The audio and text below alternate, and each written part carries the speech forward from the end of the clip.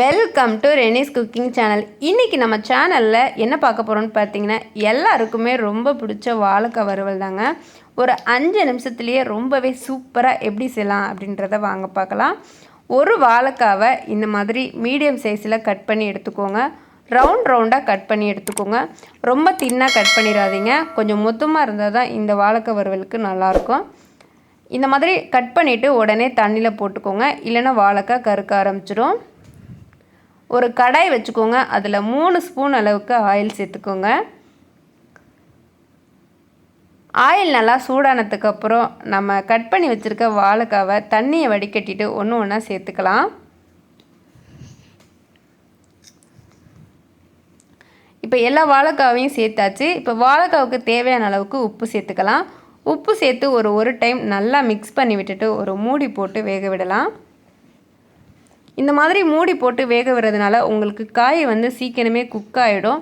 அதோடைய டேஸ்ட் பார்த்திங்கன்னா உள்ளே நல்லா சாஃப்டாகவும் வெளியில் நல்லா கிறிஸ்பியாகவும் இருக்கும்.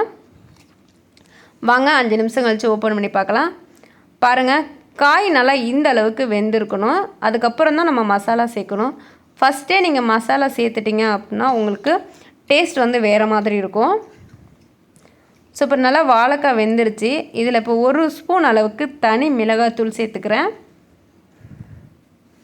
ஒரு அரை ஸ்பூன் அளவுக்கு மல்லித்தூள், ஒரு 1/4 ஸ்பூன் அளவுக்கு மஞ்சள் தூள், ஒரு அரை ஸ்பூன் அளவுக்கு கரம் மசாலா சேர்த்து நல்லா மிக்ஸ் பண்ணி விடுங்க.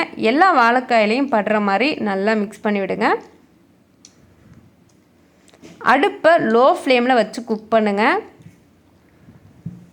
பாருங்கள், இந்த அளவுக்கு நல்லா மிக்ஸ் பண்ணதுக்கப்புறம் மசாலாவோட பச்சை ஸ்மெல் போனதுக்கப்புறம் நம்ம அடுப்பை ஆஃப் பண்ணிக்கலாம். இந்த மாதிரி ஒரு டைம் நீங்கள் வாழைக்காய் வறுவல் செஞ்சு பாருங்கள். ரொம்பவே டேஸ்ட்டு சூப்பராக இருக்கும். வீடியோ பிடிச்சிருந்தா லைக் பண்ணுங்கள், ஷேர் பண்ணுங்கள். மறக்காமல் ரெனிஸ் குக்கிங் சேனலை சப்ஸ்கிரைப் பண்ணுங்கள். கூடவே இருக்கிற பெல் பட்டனையும் கிளிக் பண்ணுங்கள். தேங்க்ஸ் ஃபார் வாட்சிங்.